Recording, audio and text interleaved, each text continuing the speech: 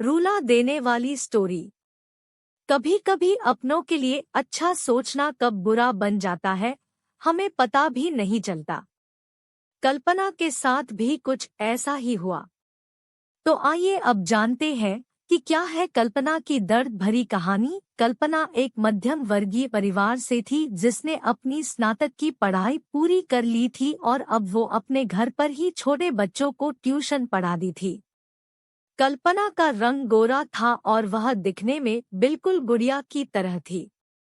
कल्पना के माता-पिता उसकी शादी के लिए एक अच्छे लड़के की तलाश कर रहे थे, तभी कल्पना के मामा एक लड़के के बारे में बताते हैं। वो कहते हैं कि लड़का का नाम राहुल है, वह किसी कंपनी में मैनेजर के पद पर है और महीने के 70,000 कमाता है। कल्पना के माता-पिता ने लड़के की फोटो देखी तो उन्हें लड़का पसंद आ गया। जब कल्पना की मां ने कल्पना को लड़के की तस्वीर दिखाई तो कल्पना ने कहा, जब आप दोनों को लड़का पसंद है तो मुझे भी पसंद है। अब लड़का और लड़की वालों के परिवार ने मिलकर शादी की तारीख तय कर दी। कल्पना के माता-पिता बहुत खुश थे कि उनकी बेटी की शादी एक अच्छे घर में हो रही है। पूरे धूमधाम से कल्पना की शादी हो गई। अब कल्पना अपने बचपन के घर को छोड़कर एक नए घर चली गई। कुछ दिन तो कल्पना को अपने माता-पिता और अपने घर की बहुत याद आई। कल्पना की शादी के अब महीने बीत गए थे। अब उसके पति राहुल पहले जैसा व्यवहार कल्पना के साथ करता था। कल्पना से वो चिड़ा-चिड़ा सा रहता था। राहुल अब न पहले जैसा कल्पना को प्यार करता और न ही उसकी बातों को मानता। कल्पना को समझ नहीं आ रहा था कि वो क्या करे। वो बस रोकर अपने दर्द को कम करने की कोशिश करती।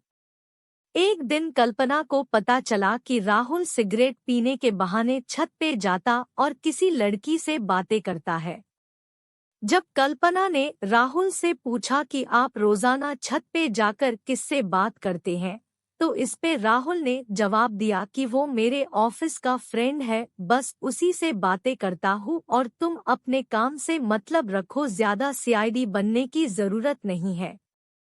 होली का दिन था। राहुल के कुछ दोस्त उसके घर आए थे। सभी ने घर पर पार्टी किया।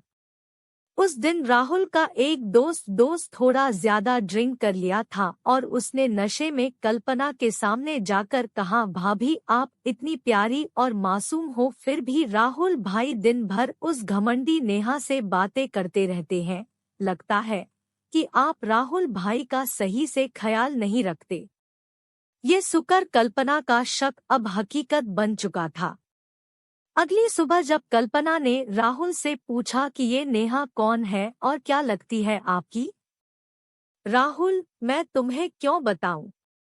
कल्पना, मैं बीवी हूँ आपकी। राहुल, देखो तुमसे पहले वो मेरे लाइफ में आई। कल्पना, तो फिर मुझसे शादी क्यों किया? राहुल, बस तुम अच्छी लगी इसलिए शादी कर लिया। कल्पना, अब तुम देखना मैं उस कामिनी लड़की को कैसे सबक सिखाती हूँ। नेहा को कब कल्पना ने कामिनी कहा तो राहुल ने गुस्से में कल्पना को बहुत मारा और उसे कमरे में बंद कर दिया। कल्पना के सास को सब पता था, फिर भी वह अपने बेटे के सामने एक शब्द भी नहीं बोलती थी। शाम को जब राहुल आया तब उसने रूम का दरवाजा खोला। उस दिन कल्पना की तबीयत खराब हो गई, फिर भी उसी हालत में उसने खाना बनाया। कल्पना ये सारी बातें अपनी माँ को बताना चाहती थी, लेकिन चाह कर भी वह नहीं बता पा रही थी क्योंकि वह जानती था कि अगर उसके माता-पिता को ये सब पता चलेगा तो वह परेशान हो जाएंगे। राहुल अब कल्पना के साथ नौकरानी जैसा व्यवहार करने लगा। छोटी-छोटी बातों पे उसे मारता। कल्पना अब धीरे-धीरे डिप्रेशन का शिकार होने लगी। उसके दिमाग में गलत-गलत ख्याल आने लगे। अब न वो समय पे खाना खाती और न ही किसी से बात करती। आखिरकार एक दिन कल्पना ने रूम में फांसी लगाकर आत्महत्या कर ली। कल्पना ने आत्महत्या का कारण किसी को नहीं बताया, लेकिन उसके सास को पता था कि कल्पना ने आत्महत्या क्यों किया। दूसरी तरफ कल्पना के माता-पिता का रो-रो कर बुरा हाल हो गया। कल्पना की मां ने पुलिस को आत्महत्या कारण उसके ससुराल वालों को बताया। पुलिस राहुल और उसके माता-पिता को ले गए, लेकिन पैसों के दम पर कुछ ही दिनों में राहुल और उसके माता-पिता जेल से छूट गए। जीवन में अक्सर अच्छा दिखने वाला इंसान अच्छा नहीं होता। उसके अंदर कहीं न कहीं बुराई छुपी होती है, और वही बुराई किसी की जिंदगी को बर्बाद कर देती है। कुछ ऐसा ही कल्पना के साथ हुआ।